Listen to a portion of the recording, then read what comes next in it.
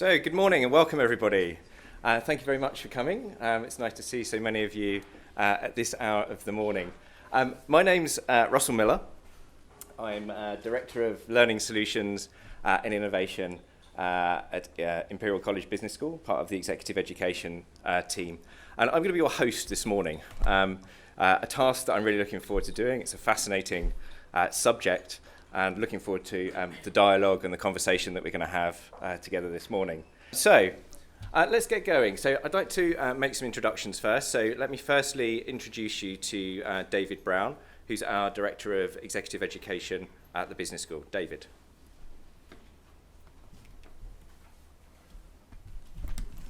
Thank you very much. A huge welcome. Some of you I recognise, some of you are new, and to the many who are joining us online. I just wanted to put in context a little bit of what we're doing here and how that fits within the Imperial story. We are going to talk a lot about innovation and growth around AI and machine learning. And in many ways, that has been, for about 150 years, the story of Imperial. So 1851 was the Great Exhibition in Hyde Park, which was a bringing together of some of the best thinking around innovation, around craft, around industry, around academia. Extraordinary thing, brought together 6 million people over a few months, which was a third of the population of Britain. Extraordinary. But the essence of that was bringing together people, including commerce and members of the public, bringing together people from different backgrounds to advance knowledge. Now, in addition, this was organised by Prince Albert, an extraordinary social reformer. And he had the observation, which is a nice little link for me as well, by the way, which is 6 million people are going to need to go to the bathroom. That way, by the way. Going to need to go to the bathroom. And every time they went, they had to spend a penny. That is the origin of the phrase, spend a penny. And that money, raised several thousands of pounds, which is a lot of money in those days, actually funded the land for the Royal Albert Hall, the Royal Geographic Society, the museums up and down Exhibition Road, V&A and so forth, and the origins of Imperial College. And it's that spirit of inquiry that actually has sort of permeated everything we've done for over 150 years, and indeed is why we're doing these sorts of things today. So let's keep that alive. We've got Russell's going to introduce some amazing presenters today, practitioners, academics, and you. Ask lots of interesting, difficult questions, and indeed speak amongst yourselves. So it's a great pleasure to welcome you, and I hope you have a terrific morning. Thank you. Thanks, David. Yeah, so just to build on what David mentioned, this morning the format's going to be, we have two great speakers that have joined us this morning. So we have Marcin Kacperczyk and we have Gord Graylish. Marcin comes from an academic and a research perspective on the subject of AI and ML. Gord has a long history, I'll introduce him more fully later on, in the commercial world, so it comes with that kind of practitioner lens. So we have a really balanced view to kind of give you the best of what's coming down that pipeline in terms of technology, AI and ML from a research perspective, and we've got what does that mean for us as practitioners as well. So we want to guide a dialogue. So this is, I know at the moment I'm at the front of the room, David's been at the front of the room, but we'd really like you guys to kind of interact, ask questions. We are live streaming, so we have some microphones around the room as well. So if you're talking or you're asking a question, wait until you've got the microphone before you use it. Otherwise, those that are following online won't be able to hear you. Okay? Perfect. Excellent. So without further ado, let me introduce our first speaker, Marcin Kacperczyk. He's the Professor of Finance at Imperial College Business School. His extensive experience in the field of machine learning and has recently been appointed as a research consultant to the European Central Bank. Marcin.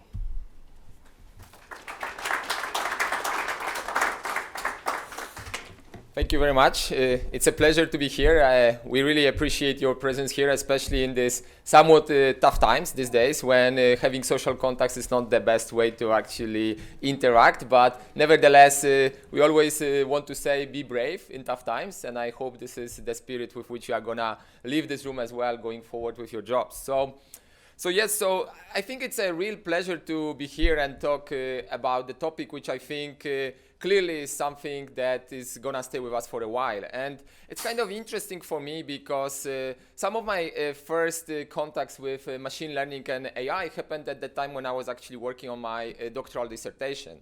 And time passes fast, and it's been already more than 20 years since I've been doing this, but at the time I was interested in topics that were called based on parametric statistical learning, etc. And believe it or not, this kind of ideas that I've been working on at that time these days would be actually called machine learning, artificial intelligence. So I always tell people it's all about timing. At the time when I was working on my dissertation, people would tell me, why would I even care about it? You know, like, what is it that I'm supposed to take out of this? You know, who cares about these complex models where, you know, we have these filtering problems, etc. Here we are. We stand now in the world which is super complex. We try to come up with these very fancy algorithms, and some of them look like, oh, I have seen it at some point in my life, you know. My memory is fading over time, but I think it looks familiar to me. So what I'm trying to say is that part of the reason why machine learning has actually become what it is right now is a bit of a branding issue, you know. So that out of a sudden, the world collectively has agreed that the ideas that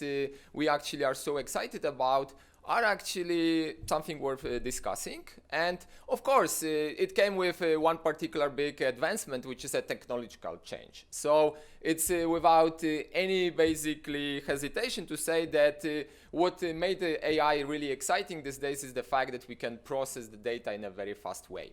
I remember the times, again, coming back to this dissertation time, when I would be running my codes, so-called machine learning codes, that would take 3 days to finish. And I can tell you, I got numerous bans from the admin people at the university telling me, for the next 6 months, you are not allowed to touch the computers because you have shut down the server, you know? So this is kind of where I was at the time when I was doing my little machine learning code. So today we have a lot of progress in this particular regard.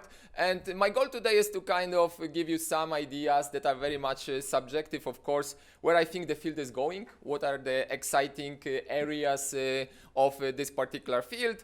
And even though I am a professor of finance, I'm supposed to preach to the finance audience, I try to pitch it at a slightly more general way. So I hope that you will still be able to associate it with the jobs that you do on your daily basis, but nevertheless, you won't see much of a stock bond type of jargon in my presentation today.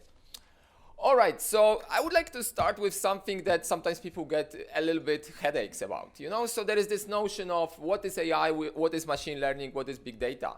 So sometimes when I come to talk to people, and I usually come through teaching various courses at Imperial, I tell people, look, don't really struggle, just think of them as synonyms. But in fairness, I think there is a distinction. There is a distinction in the way how we want to distinguish between AI, artificial intelligence, and, for example, machine learning. So the way how we think about AI really in a more kind of systematic way, we want to think about a computer system which is supposed to mimic what the humans are doing. So it's supposed to basically kind of act as a human individual, and if anything, the hope is that it's going to improve on our decision-making kind of process. To be honest with you, I think where AI is right now, or where this whole technology is right now, we are not there yet. I think we are trying to build systems that are going to actually act as humans, but it's fair to say that this is more a dream of a future rather than the reality. What is more a reality is actually what we would call machine learning. So machine learning started with a very simple observation that a lot of what we do on a daily basis is actually making predictions. We all care at some point in time about something that is going to happen in the future, and from the decision-making perspective, what we want to make sure is that these predictions are actually as accurate as possible.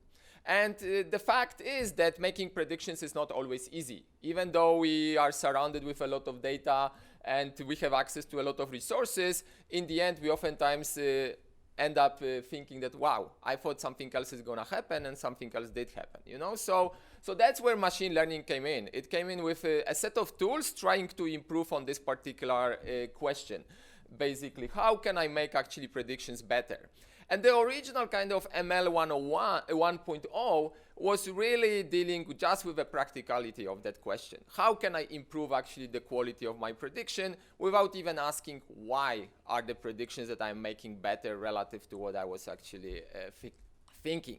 So this is kind of how it started. It was a purely statistical exercise, trying to actually make predictions better. It's fair to say that where we are right now with machine learning is actually more advanced. We do try to unpack this black box, even though still some of our algorithms are a little bit black boxy. But I think why does it work is also a question that now enters into a realm of discussions. And in this whole spirit of machine learning, artificial intelligence, one of the big kind of discoveries that the humankind has made was the idea that we are really surrounded by a lot of data. So this idea of big data has entered our world in a big way. And big data, I want to be clear about, does not always mean it takes a lot of storage on my computer to hold it. This is oftentimes what people call big data. They think like, okay, it takes a couple of terabytes, petabytes, whatever it is that the unit you are operating with, and that's why we call it big data, okay? Or big data because I have many volumes of a particular book. Turns out that from the practical point of view, what's more actually relevant is that we have many different signals. And this is where kind of the challenge comes. If you have many different signals, it's very hard actually to use the traditional statistical tools to make predictions, because the models that we are used to actually dealing with this kind of questions are not actually designed to work with a multi-dimensional kind of predictors. So the big invention of machine learning, and that's how it connects to big data, was to think of schemes in which we can actually reduce the size of this data into something that can actually extract as much information as possible. So I want you to think of big data as basically a number of sources that you can access when you make your decisions, rather than how many terabytes on my computer space actually big data takes. Of course, the two sometimes could be connected with each other, so it's not that they are mutually exclusive at some level. So a couple of things I wanted to highlight to get us going, which is, of course, at this point, it's not a surprise that machine learning and AI have taken off big. Okay, so these are a couple of graphs I wanted to show you how big they have actually taken off. So this is the picture from Bloomberg that tells you how often corporate companies are actually mentioning machine learning on their corporate calls. Okay, so, all right. Something happened. Okay, good. So I hope everyone can see that last few years, this growth has been literally exponential.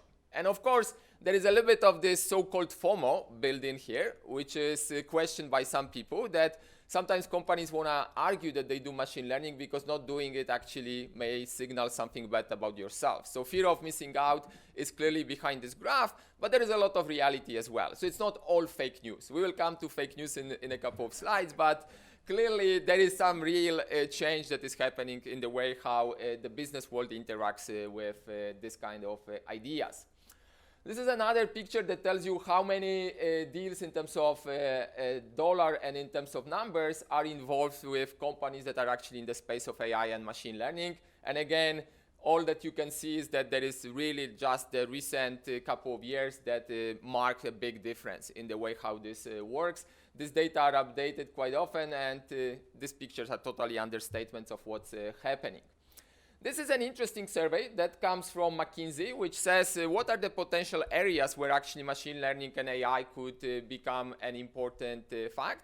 And just to tell you is that there is a lot of value basically behind machine learning. We are talking about trillions of dollars that could be actually unlocked through this kind of algorithms, and that's basically where the different areas are coming from. So one thing you immediately realize is that with the world of business, actually there is quite a lot of diversity in the way where machine learning touches. We have risk, we have marketing, we have supply chain, and we could mention many others. So this is just to scratch the surface to tell you that really the multidisciplinarity of this kind of involvement is quite big. So what I want to now kind of touch on are two things. So the first thing I want to touch on is that AI and machine learning in general is all about computers kind of dealing with complex problems. And the fact of this world is that there are a lot of different approaches in which these particular problems are being attacked. So here is a little bit of a laundry list to kind of key for you what are the main kind of ideas that are underlying this. I'm sure many of you have heard of penalized regressions or reinforcement learning or neural nets. These are the kind of key ideas that are behind there. I'm not going to go one by one explaining what they are. What I want to just mention is that all of these different kind of methods to solve these problems have one kind of unified goal. They are supposed to model a relatively complex world in a fairly kind of heuristic way. You are not coming with a specific model to mind. You are trying to actually let the data tell you what it is that we should be thinking about the complex interactions in this world. So what's interesting about that is that even though the computer algorithms are actually advancing by a pretty high margin every year, what has to happen is basically access to data. We cannot use these algorithms without actually having a lot of data to work with. So machine learning in some sense needs to go hand in hand with a lot of data that we can actually use to train these algorithms. And being someone who works in finance, I can tell you that, for example, finance is the field of scarcity of data. It's very hard, for example, to make progress in machine learning and AI in the field of finance, not because we cannot really think of how it is that we can apply it. It's just we don't have enough data to train our algorithms. So there are many companies in the world that try to work in machine learning kind of world to make their improvements on their investment strategies, etc. And there are really very few that succeeded. And you could say, why is it the case? Aren't you saying that this machine learning is the next best genie here on the world? And the fact is, yes, there are certain things which are nice about it, but you also need to understand what it is that machine learning can and cannot do. So I want you to take it in the right perspective that a lot of algorithms we are going to be talking about today, or a lot of advancements, are actually really important, but at the same time, it's not like I found this one way to solve every single problem that I will ever face in my life. It is not what machine learning can deliver at the moment. Maybe one day, but not yet there. And that's largely an issue of how it is that I can actually train my models in a very efficient way. All right, so as I said, the main reason why I wanted to speak to you today was to tell you where I think the future of this whole innovation is. I think it's important to acknowledge the past, but I think what's really exciting here is what the future is. And again, I will mention a number of issues, and these are largely my personal perspectives on this field. And I very much look forward, as David has mentioned, to our follow-up discussion, because I'm sure you have your own perspectives on this question as well. So I would like to start with some opportunities, what I think are the good things that we can actually expect to see in the world of AI machine learning in the next couple of years. Some of them are already coming, and then we will talk a little bit about the challenges. So the first thing which is definitely at the front of this innovation is technology. All right, so technology has been what allowed really machine learning to take off. And where we are, of course, right now, we have already access to super fast computers, etc. Where I think we've been struggling until now was the transmission of the data, and also to some extent the security of the data. So one thing to look forward to in the future for sure is that 5G technology that is coming. I know there is some skepticism about that, to what extent we can actually protect ourselves against some security breaches, etc. But many of the applications that AI is actually really good to offer to the society are going to rely on the fast processing of the data. Just to give you an example, the autonomous cars, the so-called driverless cars, are very much in the spirit of fast data transmission. It is basically the car that is connected to a computer that is supposed to send instantaneous signals about the surrounding world. Without the super fast transmission of the data between the servers and the cars, you cannot expect that these cars are going to do what you are going to do. And given the technology that we have right now, this is basically what stopped that innovation to some extent. Without that instantaneous transmission of the signals, there is no way by which one could allow this technology to actually enter at the mass scale. So given the adoption of this technology in the recent years and even currently, I think we can expect in a relatively short time period that there will be actually an entry of this kind of technology to the world. Even today, before coming here, I was watching CNBC, where they were just talking about 5G, how actually this is actually becoming reality, and how we can expect a lot of new things coming fairly quickly. So the other thing which I think is amazing is to realize something very obvious, that from the corporate point of view or from the individual point of view, data is an asset. What I think many companies did not realize is that they were sitting on like a gold, that they had something which had a lot of value, but they did not appreciate.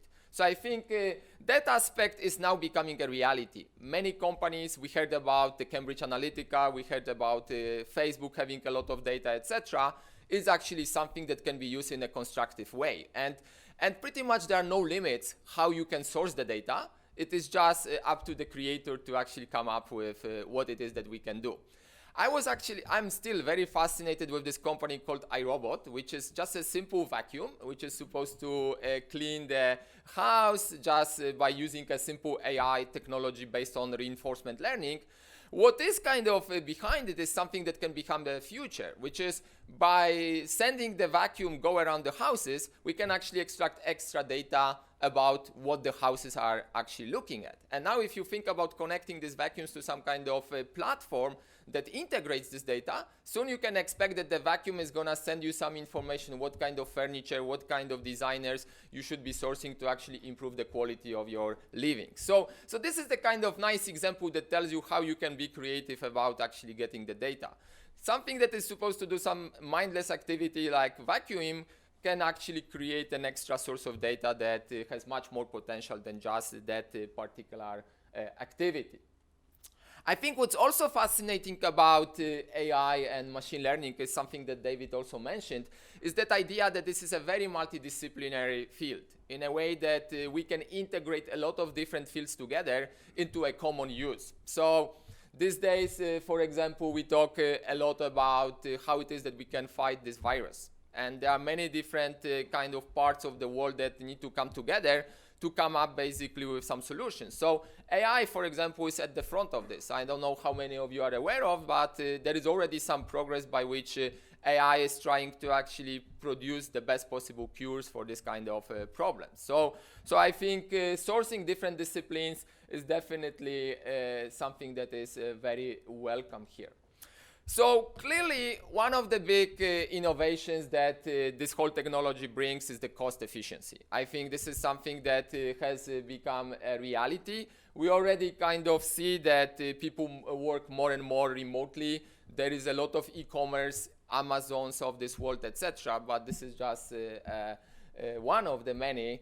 But I think it is fair to say that this is going to become more and more of a daily reality. People already talking about so-called 4-day weeks, that people don't need to come to work on a 5-day kind of shift because there is actually no need for that. So I think this kind of individual approach to work, etc., is kind of enabled through this cost efficiency kind of ideas of AI.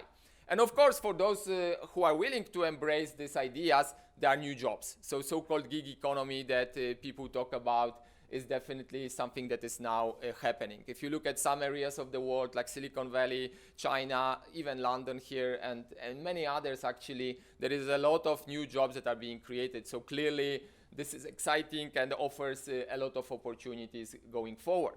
And one interesting fact is that a lot of this is actually coming with a widespread reach of this technology. So again, in the same kind of discussion today on 5G, they said in the next 5 years, we are expecting to see 1.4 billion more people being connected to internet. 1.4 billion. This is a lot of people who are going to be actually connected. Here is just one example. There is a company which is called TikTok in India that is actually like an Instagram basically of India. That company took off in 2018, 2019, and now it's like the most widespread kind of a company in that space in a country which has more than 1 billion people there. So you can see how quickly the adoption of certain technologies can actually take place. And of course, to some extent, this is a big benefit because you can create a society that is more inclusive rather than reserved for the very few. So this is something that Japanese coin as Society 5.0. Okay, there's this Society 5.0 at some point. You may actually hear this term, but effectively, what some people argue is that through the use of AI, you can allow for the world that is more fair, which suffers from less discrimination, fewer biases, less inequality. And it kind of creates this individualistic approach to meeting your needs, okay? So this is a lot of what AI is doing. It's trying to do customized kind of approach to what people actually need on a daily basis. Of course, there are always some challenges, so I want to mention some. So one of the problems that we have, of course, with AI is the thing I started with, which is this idea of black boxing. There is a little bit of a challenge that some of the algorithms that we design are doing what they are supposed to do. They are actually effective at producing, for example, good forecasts, but they are very hard to interpret. If you have a plethora of data that you need to kind of sift through, it's not always obvious why it is that the algorithm works the way it works, because it just doesn't necessarily give you this kind of brief of why things work the way they do. A second worry, of course, is that computers can, in a kind of implicit way, create biases themselves. So we've seen it in the banking context where, for example, algorithms that were designed to screen customers on their credit ratings implicitly were introducing something like racial, gender biases, etc. Because the computers were so smart to actually be able to tell that, look, these particular aspects are important, and implicitly they will be screening on certain characteristics that you are not supposed to screen on. So there is some kind of notion that you need to think about what it is that these outputs are doing, and that's where regulators are coming to the picture. So this is kind of where the challenge comes in some sense. It's very important for the world to realize that this technology has to be somewhat controlled, because we don't want it to come out of hand. At the same time, practitioners, when you talk to them, and I'm sure Gord is going to have something to say about it, they worry about that there is a problem of over-regulation, that to some extent there may be a point where we actually kill the technology or kill the ideas because we over-regulate it. So I think that's going to be one of the challenges. How do you design the rules of conduct such that the progress can be made, but at the same time we are not going to suffer in a way that we would not like to suffer in this world. There are, of course, all these issues related to ethical considerations, right? So by allowing technology to enter our daily lives, it's almost like being in communist times. So I come from a country of Poland where it was very common to put a plug in someone's house to actually spy on them. So I don't think I would welcome that deja vu kind of feeling, you know, that we are back to the childhood. So, but of course, some of this is potentially at risk because we are letting a lot of data actually enter the common space. The facial recognition, the data harvesting, all of these are kind of implicitly sending a lot of information that we may not want to disclose. So I don't know how much you are aware of, there is a new kind of threat that is called a deep fake. So we talk about the fake news. So there is a fantastic technology that is called adversarial network, or actually generative adversarial network, that is probably one of the best innovations in the space of AI, where effectively, just practically speaking, you can mimic something by using AI algorithms. So think about me being cloned somewhere else and saying words that I actually would not like to say. So this is effectively what technology is now at. It can actually literally reproduce something just by taking a couple of little extracts out of this. So there is a worry, for example, that our next political debate will be, for example, fake in the world of internet. Just by using technology like this, you will be able to produce a candidate profile in any way you want to actually produce it. So these are the challenges that we need to think about, and I think something to clearly keep in mind. There is, of course, the notion of cybersecurity. How is it that we should be thinking about protecting the data? How is it that we should feel about safety by using technology, etc.? So this is another challenge to keep in mind. And as I mentioned a lot already, we have this notion of how much data is actually enough. So finance, for example, is one of these fields that we have little data, and this data is some noisy data. And that's why, for example, certain fields are not as effective at applying AI as others. So at the broad level, there is always this notion of the 19th century Luddite movement that AI is going to actually take out some jobs. And I think there is some truth to it. I think this is a fact, and I talked to a person named Erik Brynjolfsson. So he's one of the most famous actually economists in the space of AI, where he actually does research on this kind of issues. What are the most vulnerable industries that are gonna be actually affected by the advent of this technology? We kind of already feel it that retail is one of them when we observe what's happening with the physical retail stores. everyone has a good sense that this is already becoming a little bit of a past. But there are many other jobs that are becoming more and more at risk of being displaced by this technology. And I think it is important to acknowledge that and try to see how it is that we can protect actually certain underprivileged people in the way how this technology actually enters their life as well. Not everyone is gonna become an AI expert in a matter of minutes, days, etc. So I think that's clearly a challenge for the society to keep in mind, at least in the transition period from one kind of society to another one.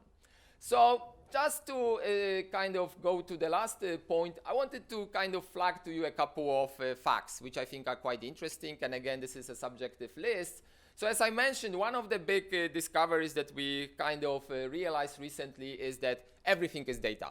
Basically, there is so much information right now that can be used, and it can be used in an effective way that can actually make improvements in our life. So this leads me to the story of something that we call the unstructured data. So unstructured data is one of these very fascinating areas of AI machine learning that is currently taking place. When you talk to big investment companies like BlackRock, Vanguard, etc., they will tell you that these days we no longer look at financial statements, we no longer look at something very obvious like profit margins, etc., with the view to actually make money. What we actually concentrate on a lot is something that we call the non-typical data, or so-called unstructured data. Just to give you an example, think about something like a satellite image. You may have problems to understand what is the economic growth in China, because China may not want to disclose information in the best way, or maybe it's difficult for them to do it. What you do is you send some kind of satellite that takes pictures and tries to measure the luminar activity, how much light is being flashed over a particular region, and by using AI algorithm is going to try to calibrate what does it tell us about the size of the economy or the economic growth in these particular areas. This is particularly true for less developed regions. Africa, for example. Africa has been a big kind of region of discovery from companies like Google, Amazon, etc., because they realize that this is where actually most progress is going to be actually effective, you know? So I don't know how many of you are familiar with this, but African countries are some of the most connected countries in terms of like mobile access. You go to a country you would think is underdeveloped, you find that a lot of people have actually access to a mobile technology, which is fascinating. It tells you that you can kind of embrace certain facts and try to improve the society in an effective way, like monitoring the drought season, monitoring the trade, etc. This is what a lot of people in these underdeveloped countries are actually doing using the mobile technology. So what I expect to find, and this is already happening, is that this kind of data that is kind of non-standard data is going to become a dominant source of our information going forward, because this is actually where a lot of new kind of and untapped information can be accessed. Okay, so I'm gonna skip this and instead let me just talk a little bit more about a couple of other inventions. As I said, that a big part of AI kind of advancement was because of technology, all right? And it's without you that the technology made things happen. So there are two kind of aspects which are very important in this space. One is the storage, because we have so much data, we need to think about storage. So cloud computing, for example, has become one of these big innovations in the space of AI machine learning. And these days, a lot of the cloud computing is actually outsourced to big tech companies.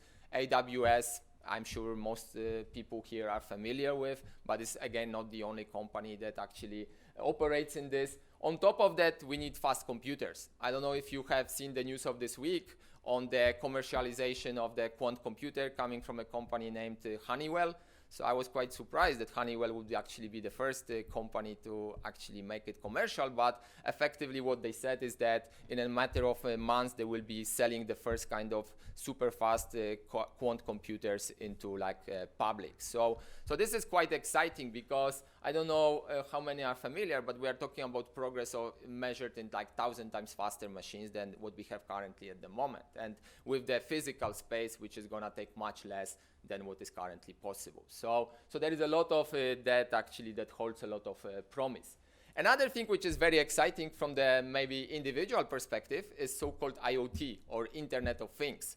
So this is the idea of integrated kind of technology. So the simplest example of that is so-called smart homes. So the idea is that AI can connect a lot of separate tasks that we do on a daily basis into one integrated fashion. So with a remote mobile access, you can control a lot of things which are happening in your house, make sure that your fridge has all the necessary ingredients in there, that house has been vacuumed, that laundry has been brought.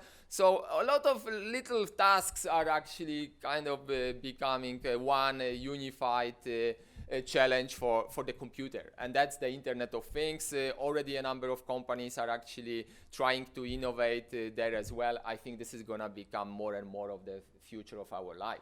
Voice recognition already is part of our life. I think the Alexa, the series of this world have clearly taken off, but I think there will be much more of that. I think it's without saying that the audible aspect of AI is actually very exciting. A lot of these companies are currently innovating in inclusiveness of more and more languages, a lot of different applications. I just want to say from practical perspective, as my brother-in-law actually was behind the invention of Alexa, the Amazon ecosystem, it turns out actually that this is not as simple as it may sound. These are very complex algorithms that are behind this technology, and I was fascinated when he once showed me what the code looks like for something like Alexa. It is just impenetrable. There are like hundreds of thousands of computer codes which are basically designed to actually make these things kind of happen. And thousands of people actually behind this kind of technology to test how it is that they can be actually effective. This is kind of the challenge, but also the kind of appreciation for what it is that is actually happening in that particular space. There is, of course, a lot of automation, so-called smart automation economy. So we observe it in retail, of course, already. We observe it in finance. Sadly, a lot of traditional banking jobs are becoming less and less needed because of this automation in the services. We observe it with transportation. Just again, as a practical example, these days we talk a lot about China with regard to the virus, and the question was like, how is it that China can deal with this particular problem, given that people are afraid to leave their houses, etc. Turns out that a lot of companies in China, I mean, the two just to mention, like Alibaba or JD, are perfectly equipped to actually deal with like deliveries by drones, etc. So there is basically this kind of aspects of machine learning AI that is able to actually smooth some of the shocks that sometimes may not be something we perfectly anticipate. So this is gonna become more and more of a reality. I already mentioned healthcare, but I think this is a very big one. I think where AI has really entered big is this world of healthcare. Starting with something like better diagnostics. These days, to invent the cure, actually AI has proven to be actually quite useful.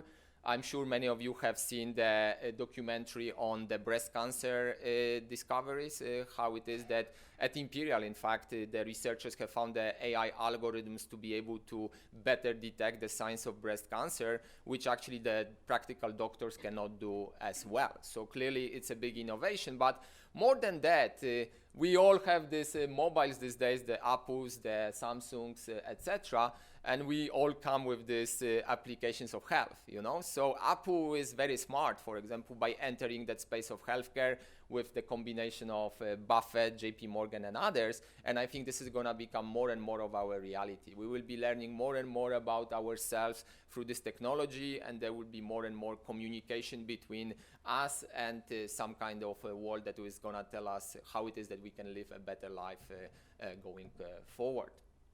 And there is a lot of process efficiency, so I'm not going to maybe spend too much time, but a lot of executives rely on this kind of process automation that can make the world of business much easier.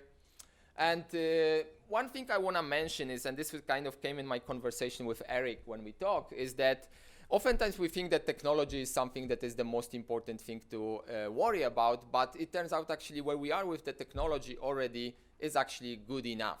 So his view was that if we stopped actually technological progress right now, there would still be like 10, 20 years of needed work to actually make sure that AI can actually provide what it can. So his view is actually that the business world or the application of the technology is where we are lagging behind. Technology is really advanced already to the point where actually we are in a very, very solid situation. Where I think we still are kind of missing in this future is designing the business kind of structure such that they can adopt this technology in the best possible way. And to conclude my presentation, I just want to say that the whole advancement, basically the invention of AI and machine learning has also led to a change of balance of power in a way that a lot of what AI is actually doing now is actually moving to Asia. China has become a superpower in the way how AI is actually progressing, and I think this is also going to make things quite interesting from that particular perspective. Thank you very much. I look forward to future discussions. So let me use Russell now. Marcin, thank you. Fascinating stuff. I'm particularly excited about the Hoover that can clean my house as well. But clearly there's a lot of complexity, some challenges, but overwhelmingly, lots of opportunities, both for us as business people and society more broadly. Before we go into the kind of questions and answers and give you a chance to kind of ask some questions from Marcin and from Gord, let me introduce Gord, who will give us a practitioner lens on this. So a little bit about Gord. Gord has spent over 20 years in senior leadership roles at Intel, most recently as Vice President and General Manager of Enterprise Solutions globally. He was also the Co-General Manager of Intel in Europe. Gord speaks regularly on disruptive impacts of technology on societies and how it can positively impact growth and development. He serves as a consultant, and additionally, he's the program director for the Imperial program in artificial intelligence and machine learning in financial services. So welcome, Gord. Really excited to kind of hear your view.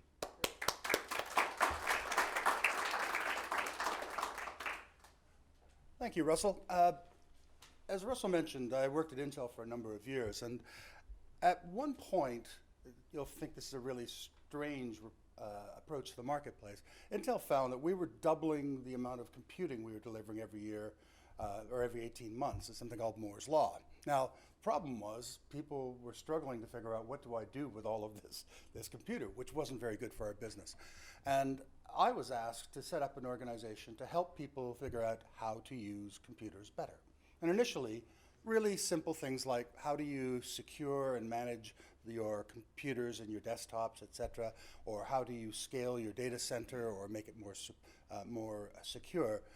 It quickly evolved, though, and the evolution was that customers, when we talked to them, and these customers ranged from Google and Facebook and Tencent to HSBC, cement companies, retailers, basically the top 4,000 or 5,000 organizations in the world. They basically came back and said, yeah, but I'm interested in what's happening in finance, or I'm interested in what's happening in retail. And so you ended up getting into discussions about and directing Intel's technical resources to solve problems like high-frequency trading, or how do we reduce the latency associated with data centers and stock markets such that there was less of a penalty from being across the street. Sounds like a very simple thing to do.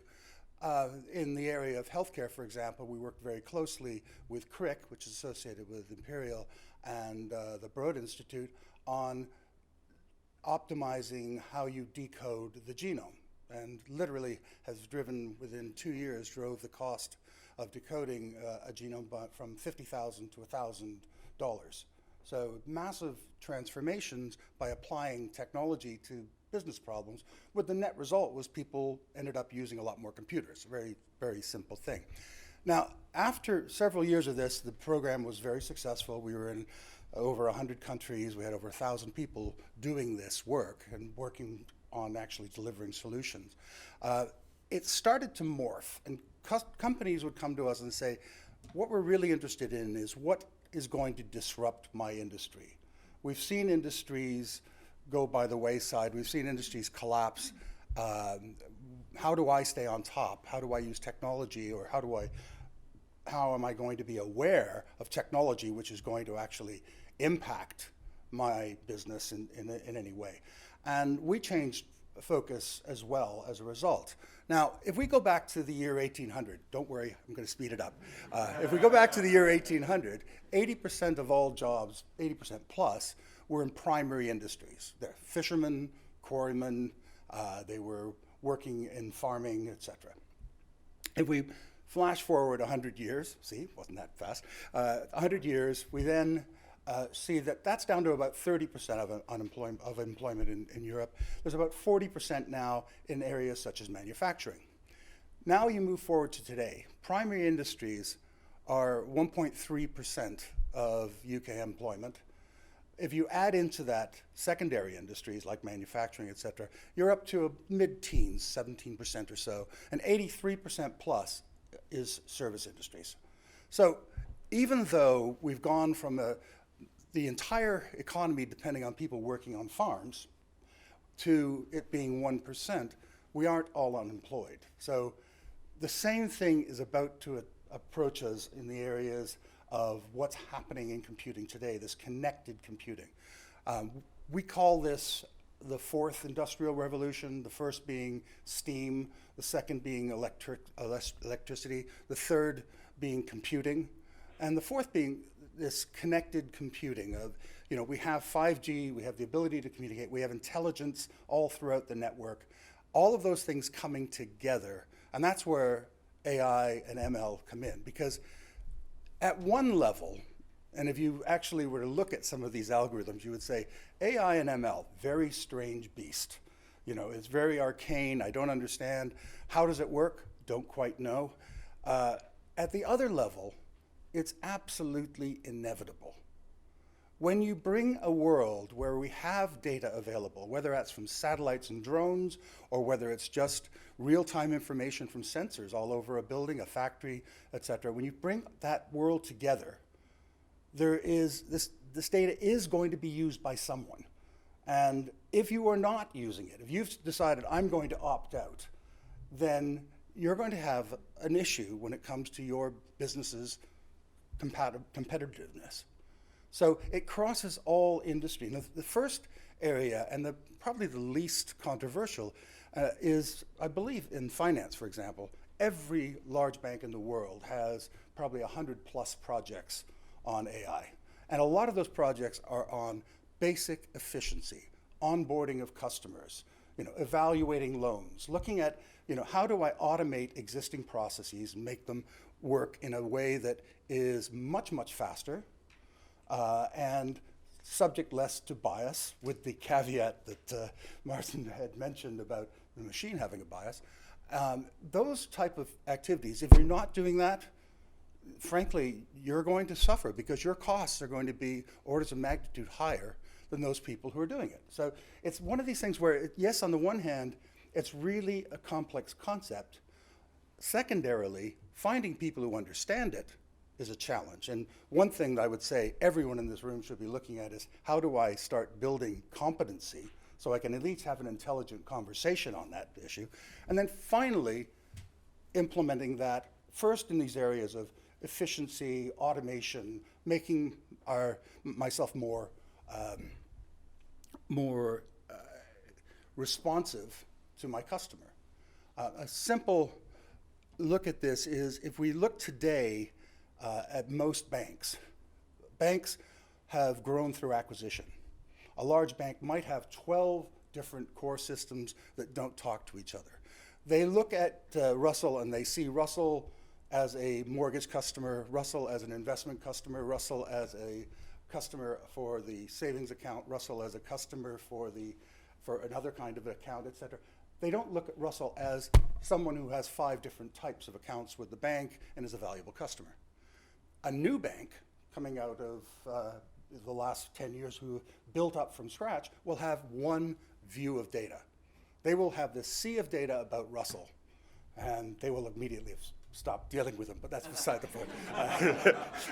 But the point being that they're able to serve him in a much better and more effective way because they can do that. So what AI and ML can do in that context is start taking all of these little lakes and puddles of data and bring it into a large sea that they can then make sense of.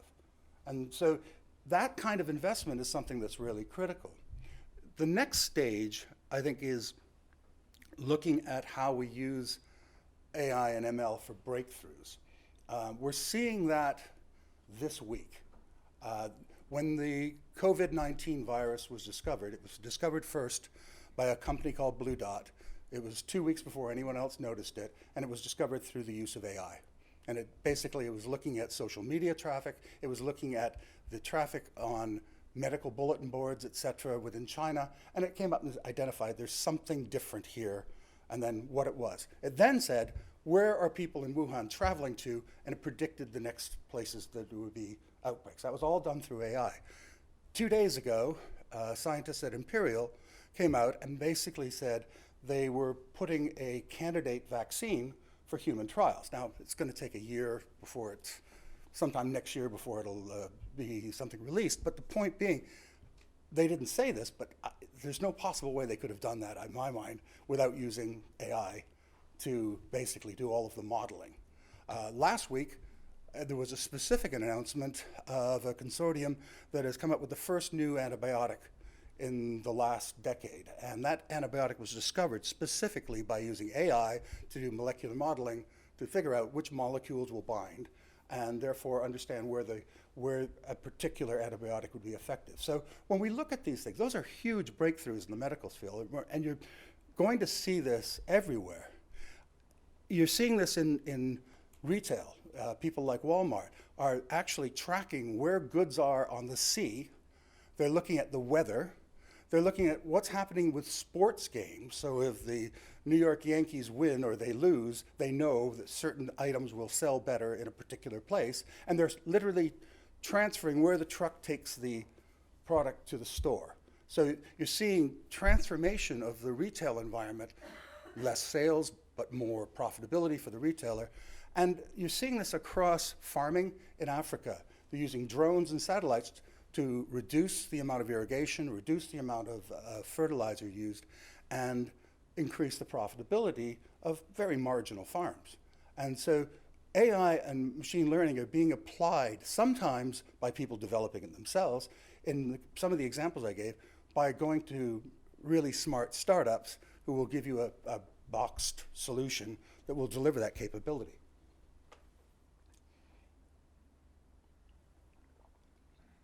So you're going to continue to see these breakthroughs in finance, looking at how I assess risk, using satellite data to understand crop status, to look at commodity prices. You know, you can't ignore this. If you are sitting there going, well, I'm just going to use what's in the financial pages today, and your competitor has actually seen that there's a lower yield coming for the wheat crop, guess who's going to win in that?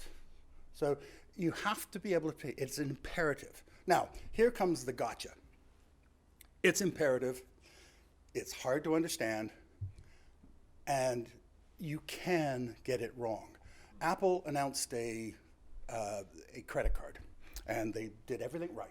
They went to the largest credit card company in the world, the largest bank supporting that. I think it was Morgan Stanley, and they basically said, please, we're going to give you this, you're going to put it in a credit card, we're then going to launch this to the world.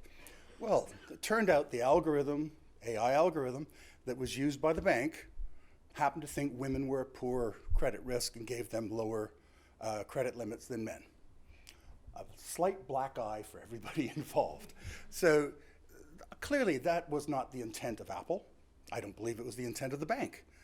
It was something that was only discovered when you started applying it in a different way. So you have to be very careful when you're doing this, and this is, I think, as Marcin had mentioned, is a really key part. And as a result, you're going to get regulation, and you're going to have reputational risk if you don't understand this. So you have to make sure that you're testing these things and you're understanding the impact of what you're going to have in the marketplace.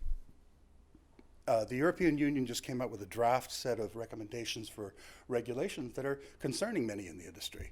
They seem very heavy-handed and could actually result in a lot of the research going offshore as people can't operate in that environment. And there's going to be a lot of discussion around that, but it's something we all need to care about, because on the one hand, do we need regulation? Yes. do we need to be very careful? Yes, but on the other hand, do we want to stop bringing fundamental intelligence to everything we do? And that's really what we're talking about here. What we're talking about is essentially taking all of this compute capability I've got and adding some adaptability, some learning, some intelligence to how it delivers. And how would you not do that if you think of it from that perspective, very simply, right? Now, all of this takes an enormous amount of compute resource. And you've seen this expand exponentially around the world in places, particularly in the cloud. What has been the response of the computing industry, my old patch, has been to, first of all, take standard computing processors and the like and add AI algorithms to those standard computers. So they're much faster and more energy efficient than they were in the past. The second is you're seeing the development of called graphical processing units, GPUs, and you're seeing the evolution of totally new methods from quantum computing at one end to neuromorphic computing, which is effectively computers that mimic the brain and operate in that way.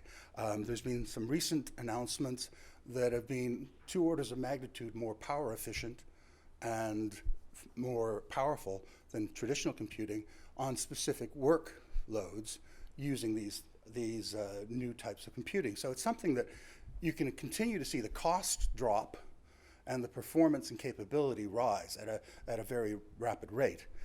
Aside from that, you're also starting to see the Internet of Things become intelligent, whether that's drones that know how to avoid trees, which personally I think is a very important thing, to whether that is a camera that understands when it should alert a human operator that somebody is in trouble. Or you can see how you can use intelligence, and by putting it close to where the compute is happening, you can accelerate that at a very, very low cost. So massive reductions in cost, massive increases in capability. My message really, if I boil all of this down, is get smart, build capability internally.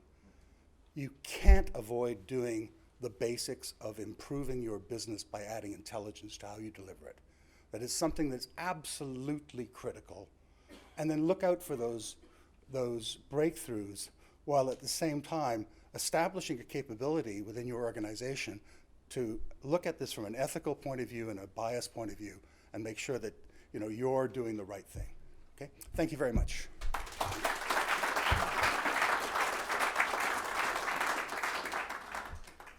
Thanks, Gord. Fascinating discussion. I'm not quite sure how you know the details of my bank account, and I'm very interested to understand what's happened in your garden with drones recently, and trees too. But thank you very much. So two different perspectives on what's coming down the line. There's lots of opportunities for us to kind of pursue. And there are some risks too that we need to kind of think about and mitigate, not least kind of some of the biases that both Gord and Marcin mentioned. So what's going to happen next? What I'd like us to do is get a bit more interactive at this point and give you an opportunity to ask Gord and Marcin some questions. But before we do that, I've got a question for you.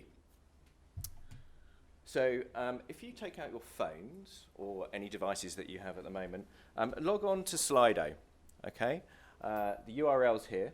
Good, okay, and we have a couple of questions for you. So this is me asking you questions.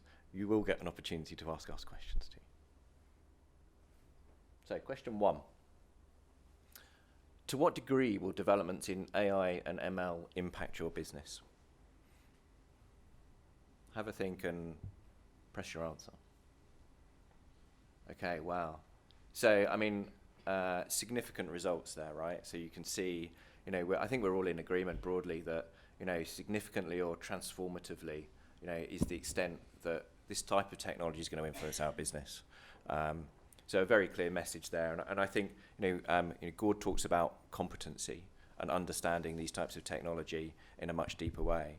I think if we look at this picture and see how significant it's going to be for all of us, then that has to be a focus for us. Okay, next question. When will developments in AI and ML start to impact your business? So how far off is this stuff?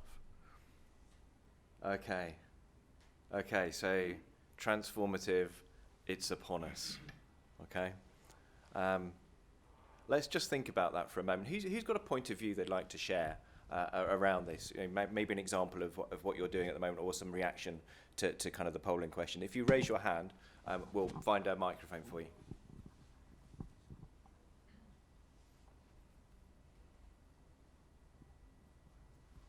Yes, gentleman in the red jumper. Hi, good morning. Good morning. Thank you very much for the talks, very inspirational. And very grounded, I may say, which I think is very refreshing in this industry. Thank you. I have a theory, and I'd be very interested in comments and contradictions. Anybody has a thought? We've talked, both your speakers have mentioned the point that AI is very difficult for people to understand and get across. And I think that often affects the business proposition and the acceptance. I see examples now in the insurance industry where AI is being used very refreshingly to look at fraud and to identify fraud areas. Mm-hmm. And what I noticed there is it's moving towards a model where the AI actually asks a human operator at points whether it's doing the right thing. Yeah. And to me, this is key. You know, if you're asking a colleague for advice, there is probably an interaction that goes on that says, are you sure? Do you understand this? And I think we're missing this with AI. AI is left to go off and make a decision on its own, comes up with an answer, and then nobody has a clue why that answer was made. So should we not be moving towards a model where the AI somehow interacts with a human and tells them what's going on, why it's making a particular idea, why it's proposing something, and what are the ways in which we could do that, if that is the right way of thinking? Yeah, it's a fascinating question and an important one for us to answer too, I think. Marcin and Gord, if you'd like to take seats at the front, maybe that's probably the easiest way to do this, and we'll give you a microphone too. Marcin, could I ask you to kind of comment on this area of this kind of human in the loop type approach? You know, how do we ensure that we're combining the best of what human beings can do with technology to best effect? So thank you for the question. I think it's definitely a relevant one. And as I mentioned in the beginning, I think that's a little bit where the distinction between AI and ML is at the moment. That I think what you mentioned is really what we would like AI to do, is in some sense act as a human. And I don't think it's doing it yet. I think there is progress in this space, but I think it's fair to say that machines are not able to actually yet respond to its own kind of decisions in a way that we could communicate like we do with the humans. But just to give you an example, what's the kind of middle ground, or what is the transition phase? Like one area where I've seen it happen is this so-called robo-advising. I don't know how many of you are familiar with that. It's basically a very simple idea that traditionally people used to interact with financial advisors to get some kind of input on their investments, etc. And there was always this notion that the advisor may not necessarily act in the interest of the client. So there was this inherent notion that there are biases, that they are self-serving, and we need to do something about that. And on top of that, they were expensive. So there came an innovation that was called robo-advising, where the idea was, why don't we actually use a computer, and the computer is actually gonna produce a suggestion, how it is that we should invest money. And that's how the original companies in this space actually started. It was purely an algorithmic kind of approach where some inputs would be given, and based on these inputs, the computer would give the best possible answer. The fascination was that now this is free of biases because the computer is not having any interest other than my own, and we should all welcome that. And soon people discovered that this is not what the humans were looking for. Actually, what people have found out is that depending on when you make your investments, you may actually feel uncomfortable with acting on the decisions given by the computer, because this is how the human basically nature is. We still are humans, and even though we may be told that this basically decision is the best that you should be taking, we still sometimes refuse to do it. And particularly this would be true in times of, for example, distress, where people would be doubting whether what computer is telling us is actually true. So what we observe, for example, now in that space is Vanguard is one example. The big investment company is something that we call a hybrid approach, where you still have these robo-advisors at the back of the decision. So there is a computer that is supposed to actually provide some advice, but at the same time, there is like a personnel, there is a human from the side of Vanguard, who is actually interacting on behalf of this machine with the person. So in this regard, that's the bridge kind of that you are talking about, that there is basically an interpretation of what the machine is kind of telling in a way that the humans are more comfortable with accepting what that advice is. So I think there are many more of this kind of patchy or kind of hybrid approaches, and I think this is kind of a transition phase. At some point, that human will be basically replaced by the machine actually doing both at the same time. That's my prediction. We are not yet there, but I think it's definitely an excellent question to actually think about. I think if we look at a lot of customer interactions, an application comes in. There's going to be a certain percentage which are very obviously not going to be approved, right? There's going to be a certain percentage that are very obviously going to be approved. And then there's the stuff in the middle.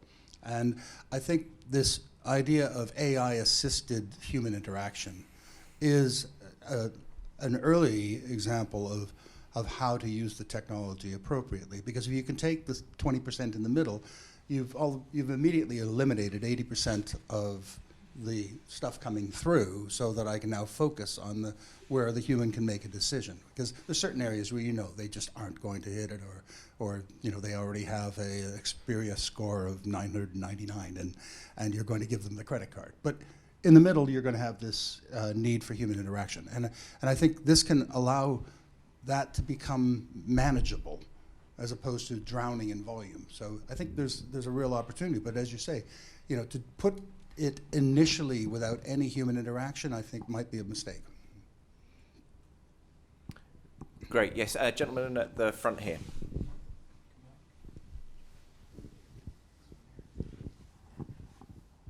Thank you. Just wanted to pick up on the comments that both you made on the application of AI and ML in the healthcare space. You mentioned a couple of very prominent applications in drug and vaccine discovery and diagnostic imaging, but I just wanted to pick up on the points you made at the beginning, Marcin, on the predictive power of AI and how that might be applied to epidemiological modeling, in other words, the spread of disease and the impact of interventions, which is a field that we're in. At the moment, the state of the art on that is the more conventional statistical techniques, Bayesian stats and Monte Carlo simulation. But it seems that there's potentially huge applications for AI in the predictive modeling. And specifically, of course, Imperial's got some great strengths in that. I'm sure a lot of people have seen on the news Professor Neil Ferguson, who's a leader in infectious disease modeling. You've got Franco Sassi at the School of Health Economics in chronic disease modeling. Have you had any conversations with those groups about applying AI into that type of predictive modeling? Thanks, Simon. Thank you. So, no, I think, as I said before, and I think Gord would agree with that healthcare is really one of these areas where AI is really going to make transformational changes, and it's already making that. So, specifically about your question, I'm not working with healthcare. I'm more of a finance applied person, but I think if I can think through what are the challenges there, I think on one hand, just saying we work with traditional methods, Monte Carlo, etc. To some extent, the methods that are built around AI are using some of these techniques as well. So you are not that far actually from what is happening. I think what's different, from the traditional statistical tools is that now we are sourcing actually different data. It's like Gord was mentioning about discovering the virus in China. So I think this is what the algorithm in some sense is able to do better. It's able to actually source more data than traditional methods would be actually dealing with by simply simulating the data. And I think that's where progress is happening in a big way, that now we have actually access to more data points to calibrate our models better. I think the models are, of course, getting a little bit better, but as I said, I don't think that discovery is really that the models are getting so much incrementally better. I think it's the recognition of how it is that we should be applying it. I don't think the science has changed as dramatically as has the fact that we now have access to more data, we have the ability to process the data faster, and those are the things which I think make a difference in that particular space. One of the groups that I ran was a healthcare innovation group and worked with over a dozen countries that were wrestling with exactly this issue. If you look at the NHS, certainly Ontario and Canada, Thailand, Australia, they've all been looking at they've captured a lot of information over the years on what prescriptions people have. They've captured information on who went to the doctor, what were the hospital admissions.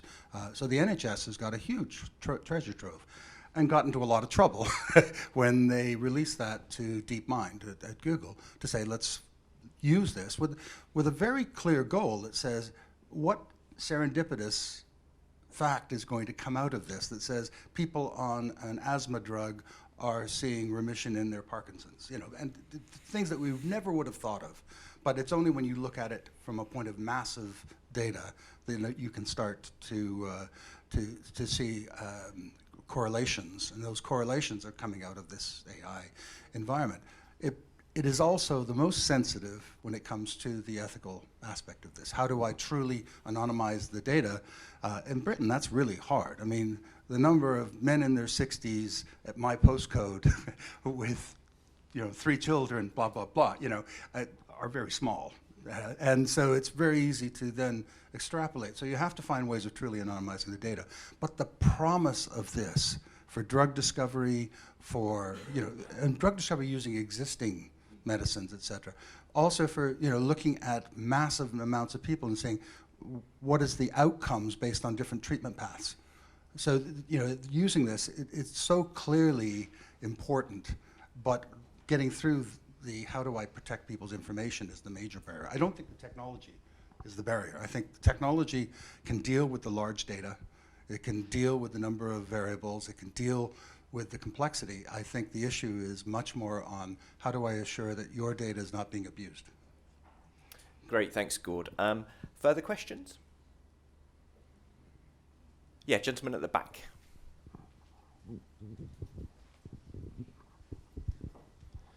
Thank you very much for your talks. They were very interesting and inspiring indeed. I just wanted to follow up with something we just said, Gord, about how to make data unbiased and how to make sure that the data we use or is being used, we can trust the data. I think that this is one of the things, having in mind what you said also about the fact that data is becoming an asset, or has become already an asset, even more important than commodity, all that industry already. I think that going forward, and this is something what Marcin, you touched upon as well, the fact that unstructured data is going to become more important, and I'm wondering how, especially in our industry, in the finance industry, we can make sure that unstructured data, if this is going to be more and more important, can be trustful, because one of the examples you were talking about was farming, for example, industry, right? That we can use drones, for example, in order to find out even if there's any other data available. We can use drones in order to find out how that farming, for example, is developing in some countries. But we've heard a while ago stories about Greece, for example, where drones were used in order to observe from the sky how the EU funds are being used, and people were smarter by putting some sheets on the fields which were imitating the crops that they are growing up, while the funds were spent on something different, right? So I'm wondering how the fact that unstructured data is going to be more and more important, and at the same time it's a data which may not necessarily or should not necessarily be always trusted, how finance industry is going to deal with that. I would say that there's 2 issues you raised there, and the first on how the data can be trusted. I think one of the things we have to focus on is how technology can actually, by looking for correlations, and the use right now, for example, on fraud detection has been a major application. And it's getting more and more sophisticated. So I think as it gets more sophisticated, the ability to find, the fact that those sheets are very uniformly green, and that's probably not natural. I think you're going to see that improve the quality of the data, but it's going to be a war, like it is in many areas, between those people trying to fool the data and those that are trying to ensure it's real.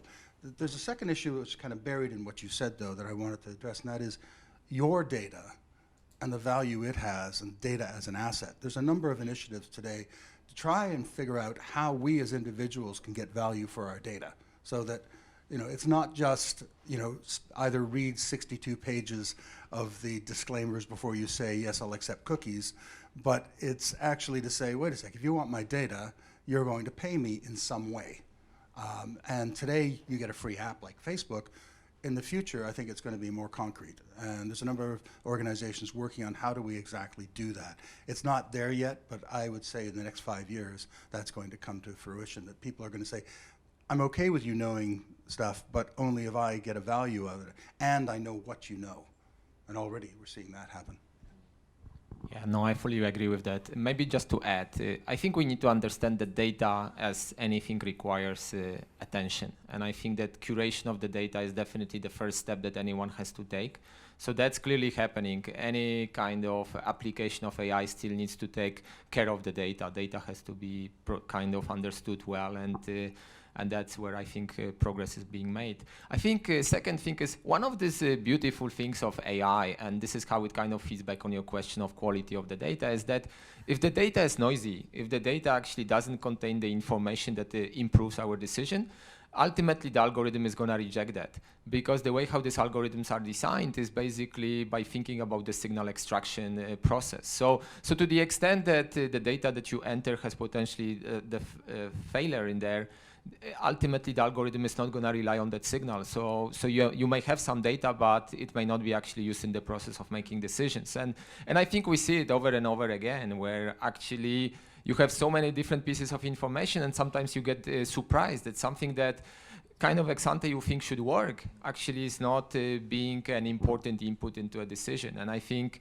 that's good. That's, I think, is the big difference between how we used to make decisions and how I think AI and ML thinks about making decisions. That we used to be very much thinking in terms of our priors, that I have a really prior view on what should be important and what should be not. I think AI says, look, abandon that, be very kind of open, be holistic about that, and let's see what actually the data really tells me what I should be using. So I think that's kind of the nice progress that we are making on that front. We don't put these pre-biases or judgments into the decision process. Perfect, thank you. A great answer, great question. I think I saw a question over here on this side of the room as well. The gentleman there with the glasses, who's just taken the glasses off.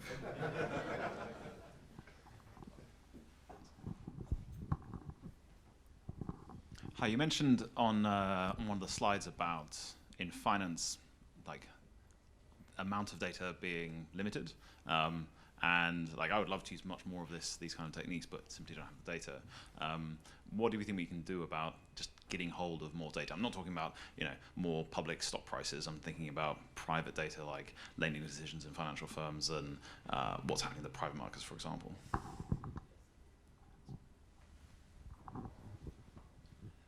So now this is a great question, and somewhat relates also to the previous question as well, which is why is it, for example, that finance have found it so challenging? So I think to some extent the problem we have in finance is the lack of repeatability of our experiments.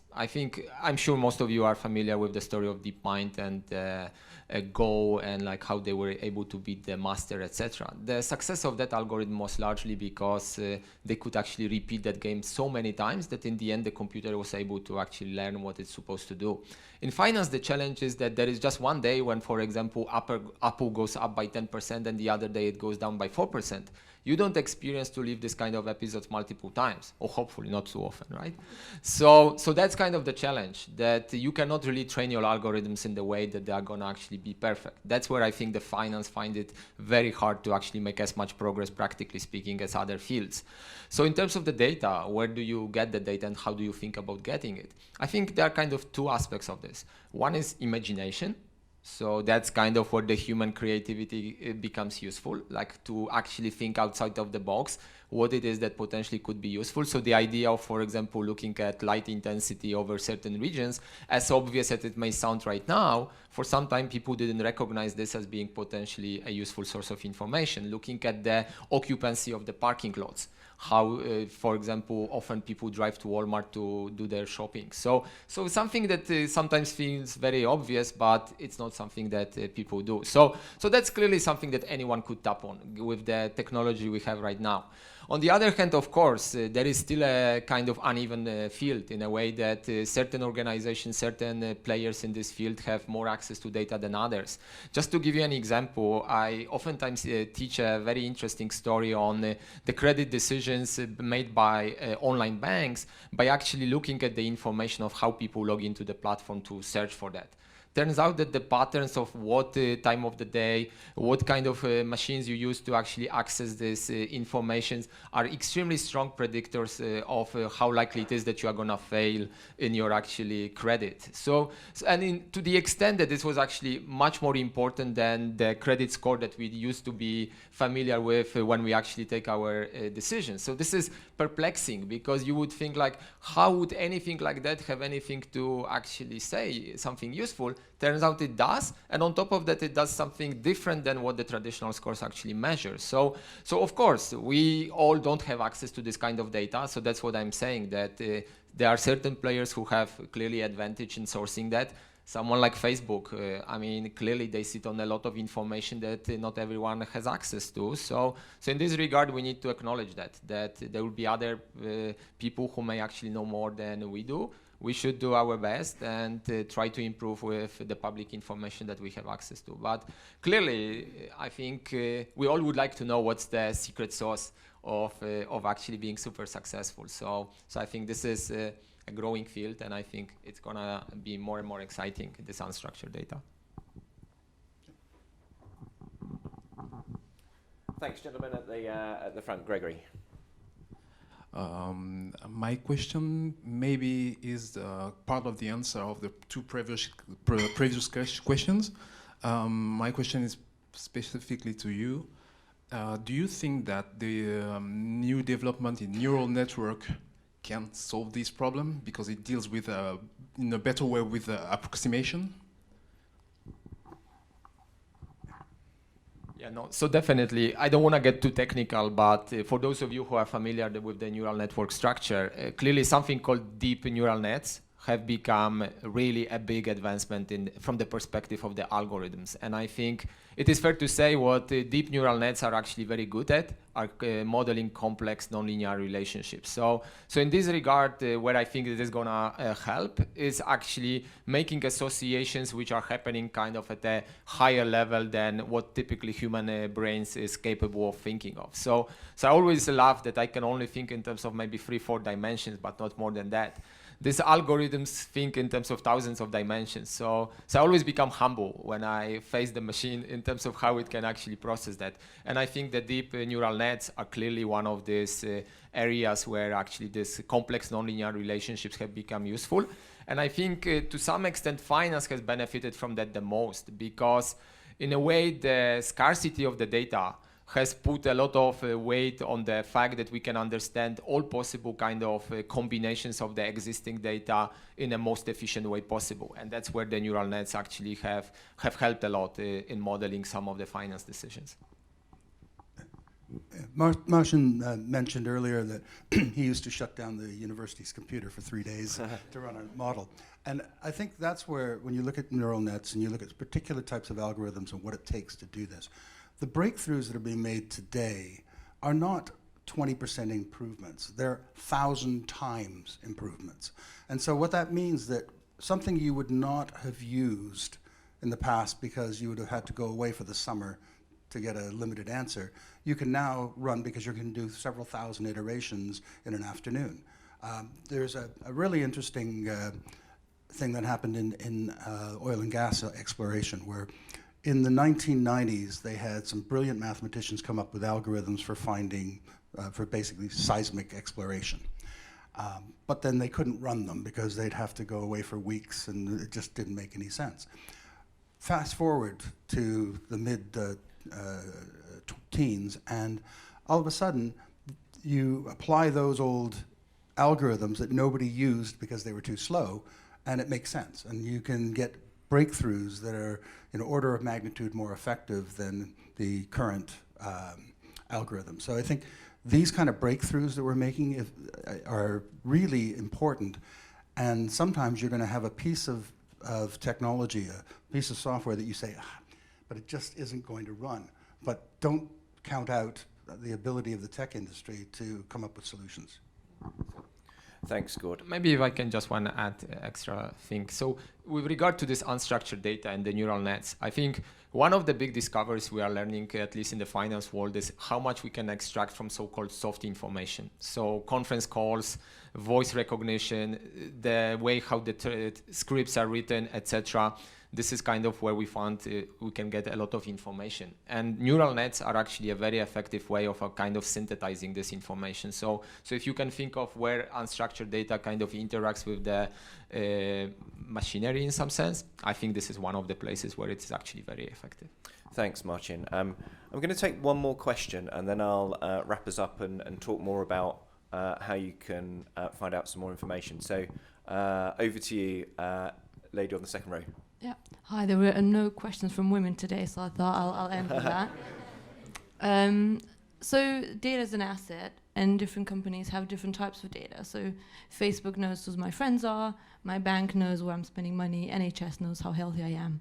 So what do you think the government, what role should they play in this? Because obviously, in a way, we want more data to do better predictions, but obviously at the same time, we don't want to be spying on people. And do you think it will take something like a pandemic for the government to say, can you guys all work together, put your data together, see if we can actually stop this? And then just a side point, I know we mentioned how China is doing really well in AI, and obviously I've never even been to China, but we know how China is really good at delivering things quickly, and it probably does have to do with a way how the society is structured and the type of influence the government has compared to here. So I'm just curious to what your opinion is in all this. I know it's a really vague type of complicated question.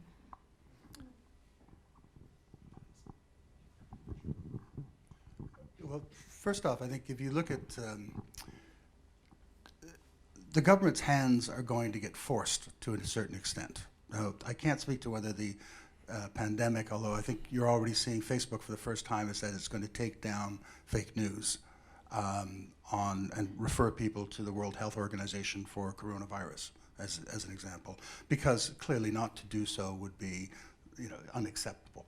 But if you take this forward, as you get more and more information, the insurance companies are in a massive area of concern, because if they actually know from your genetic data how likely you are to have a particular illness, what your likely lifetime is, life insurance becomes a bit of a joke. I mean, if they say, well, we've got a very high percentage, this person's going to die in 5 years, they're going to, they're not going to give you a very good policy. So at some point, governments are going to have conversations with the insurance industry to say, how do we manage this?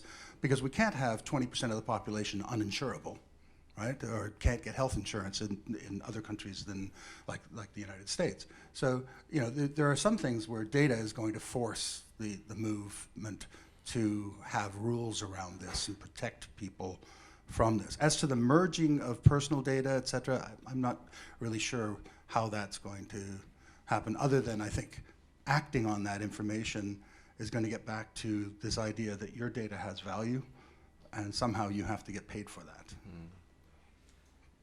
Yeah, maybe just to add to it, I think we all need to recognize that with all these benefits that we have, there come costs. And I think there is this notion of trust and the idea that we cannot have a cake and eat cake at the same time. So to some extent, there is a degree of privacy that we are losing by entering this world, and we need to acknowledge that. I don't think it's not a mystery to say that for us to make progress on certain decisions we make, we need to be willing to actually give up some of our information for others to actually process. So I think that is happening. We all give our credit card information when we buy certain goods online, and this has already become reality. Probably 100 years ago, no one would imagine giving this kind of private information to anyone. So and I think it will be happening. Of course, the question is, how can we sanction that? How can we regulate in some sense? I don't think it's easy. I think to some extent a lot of what the success of AI is going to rely on is the trust in the society. trust that we all are gonna do the right thing rather than the wrong thing. And as in any society, there will be the criminals, there will be the violators of the conduct, and we need to live with that. The hope is that we are gonna educate enough people such that the rest is gonna kind of follow the rule of the society. But I don't think there is a great remedy. This is gonna be basically a battle. It's gonna be a battle between those who take the benevolent view of the ML and AI and those who are going to take advantage of it. And this will be happening. We need to live with that by observing the mistakes we made and making progress on those. Thank you. Thanks, Marcin. Thanks, Gordon. Thank you all for your questions. Some fascinating topics have been raised this morning, and I wish we had more time to kind of continue the dialogue. We do have two options to do that. So before I wrap, I'd like to kind of just talk through how you might want to build that competency that Gord talked about. So we run a number of programs within executive education exactly in this field that we've been talking about this morning. So feel free to kind of chat to any of the members of the Imperial team that are in the room. Quick show of hands for the Imperial guys so that you can see who they are, me obviously as well. And also, I'd like to invite you just to kind of stay if you have time. We're all going to be around for the next kind of half an hour. Talk to Marcin, talk to Gord, ask the questions, introduce yourselves to each other. I know we've all been sat in our chairs looking at the back of each other's heads, but I'm sure there's an awful lot of expertise in the room here today as well that we can all benefit from. So why don't we move to kind of that phase of the morning? But before we do, I have some thank yous to make. So firstly, thank you to Lauren Powell from Imperial, who organised this event this morning. She's done a fantastic job. The view's amazing. Make sure you take a look as well. Thanks, Lauren. Secondly, I'd like to thank Edwardian, who are a partner of Imperial's, and they have this wonderful hotel, and we're very fortunate to be able to use the penthouse here with these amazing views. So thank you very much to Edwardian as well, and all of their support for Imperial. And last but not least, I'd like to thank Marcin and Gord for their time this morning and their expertise. It's been a fascinating discussion, and we do have a little something for them as well. So Jose will just kind of do the honours.